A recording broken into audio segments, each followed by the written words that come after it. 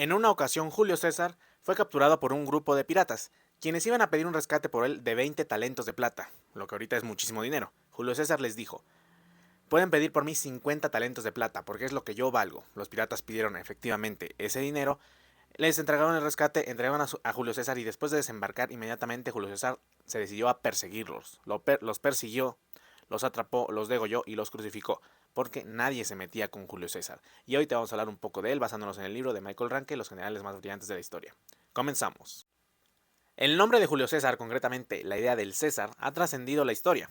Ahora asociamos la palabra César a alguien poderoso, con mucho dominio político, con mucho dominio militar, mucha fuerza, o que significa rey, gobernante, emperador, etc. Ya conocemos el sinónimo de César, bueno, el equivalente de César en alemán, Kaiser. También hay en otros idiomas como el ruso, como el árabe, etc.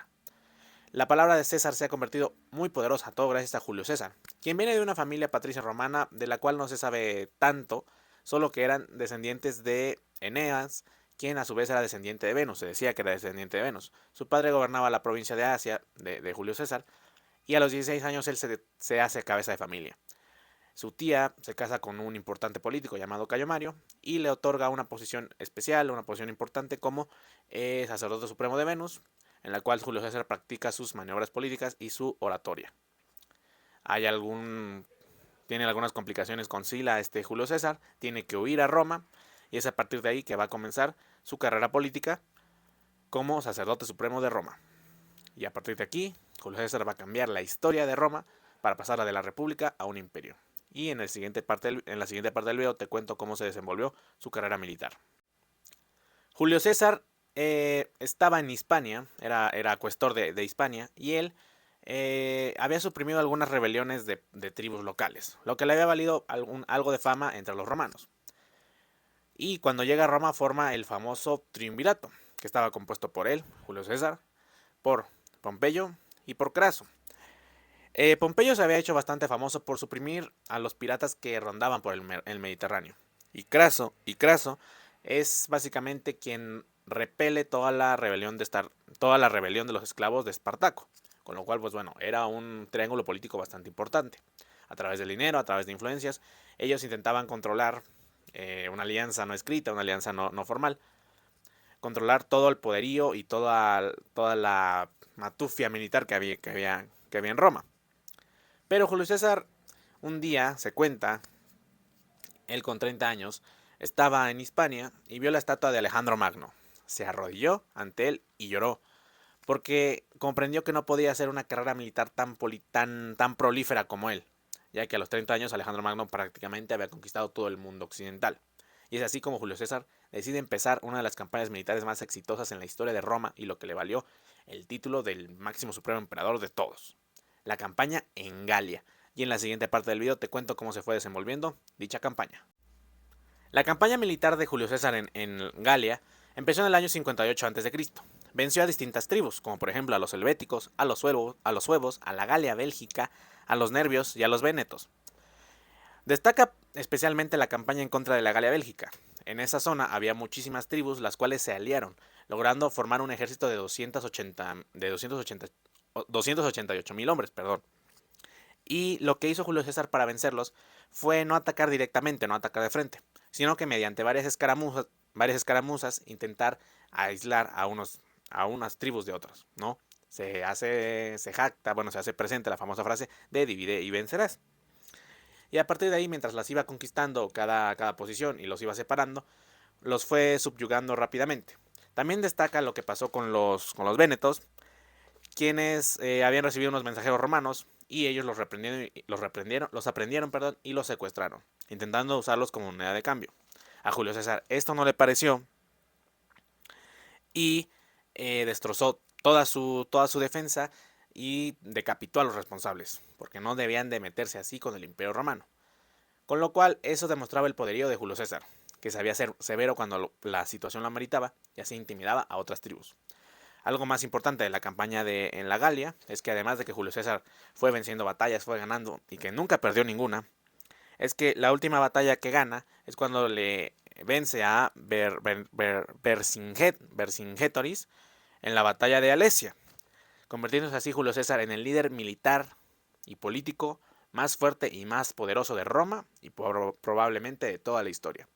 Pero Julio César, a pesar de sus campañas militares, tenía un dominio político bastante interesante y mediante alianzas, mediante su oratoria, su facilidad de palabra y además el poderío que demostraba en el campo de batalla, logró unificar los territorios que iba conquistando para que Roma se fuera haciendo más y más grande, con lo cual Julio César pues demostraba su poderío político. Pero después de esta campaña en Galia, pues sucedería algo importante en la carrera de Julio César y en Roma, en la historia de Roma, que fue la Primera Guerra Civil, que se genera a partir de la muerte de Craso, con lo cual Pompeyo se alía con los enemigos de Julio César en el Senado, para así desencadenar una guerra civil entre Julio César y Pompeyo. Yo te cuento qué pasó después de eso en la historia de Julio César.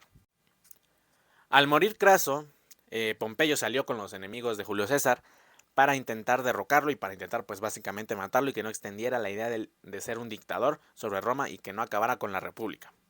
Julio César, nada tonto, no fue cuando le pidieron que fuera a Roma a entregarse, sino que cruzó el Rubicón, que era en donde se marcaba el límite de su poder como gobernador, y dijo la famosísima frase de que la suerte estaba echada, ya que no sabía qué iba a pasar después. Lo que pasó después básicamente es que Julio César reprendió a todos los que estaban en contra de él, a todos nudos e hilos políticos para acabar con sus opositores, y persiguió a Pompeyo hasta Egipto, en donde Pompeyo pues bueno, fue decapitado a,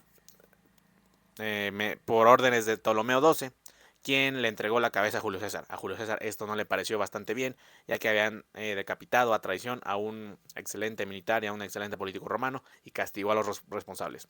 Pero Julio César, a partir de ahí fue nombrado pues el jefe de jefes, el emperador de emperadores, el dictador de dictadores, y ya era la figura con más poder en Roma que pudo existir y que iba a existir para siempre.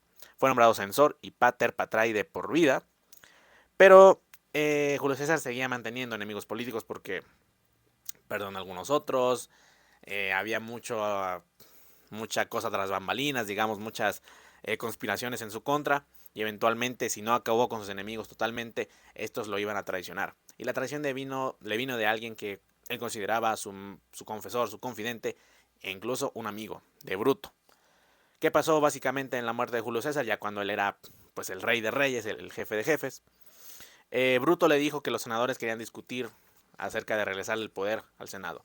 Los senadores lo rodearon y lo empezaron a acuchillar. Lo acuchillaron un montón de veces, lo apuñalaron un montón de veces. E incluso Bruto, su amigo, su confidente, lo apuñaló. Y Julio César pronunció la frase, ¿tú también, Bruto?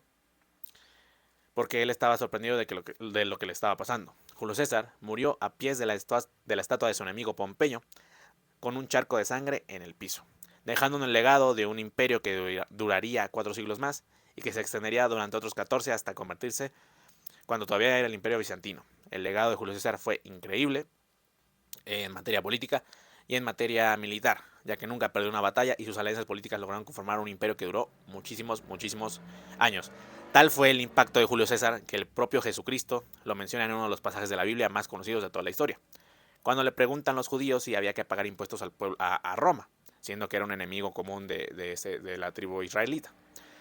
Y pues Jesús les dice, den al César lo que es del César y den a Dios lo que es de Dios, demostrando que Julio César influyó en la historia enormemente y es uno de los militares más exitosos y de los políticos más prominentes de todos los tiempos.